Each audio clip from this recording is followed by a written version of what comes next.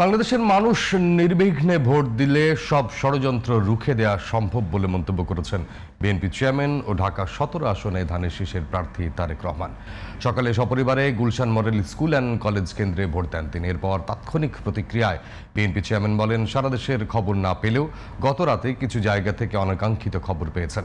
নির্বাচনে বিএনপির জয় নিয়ে দৃঢ় আশাবাদ ব্যক্ত করেছেন তারেক রহমান। জানান, জয়ী হলে সবচেয়ে বেশি কাজ করা হবে আইনশৃঙ্খলা পরিস্থিতির উন্নতি নিয়ে।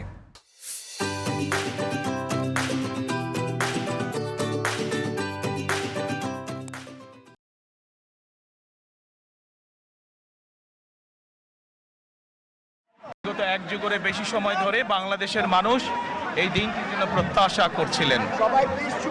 আমরা দৃঢ়ভাবে আত্মবিশ্বাসী যে বাংলাদেশের মানুষ আজকে তাদের অধিকার প্রয়োগ করবেন এবং একটি গণতান্ত্রিক বাংলাদেশের সূচনা করবেন। আমরা দৃঢ়ভাবে বিশ্বাস করি যে আইন শৃঙ্খলা বাহিনী তারা বিভিন্ন জায়গায় অত্যন্ত কঠোরভাবে সে সকল অনাকাঙ্ক্ষিত ঘটনা দমন করেছে।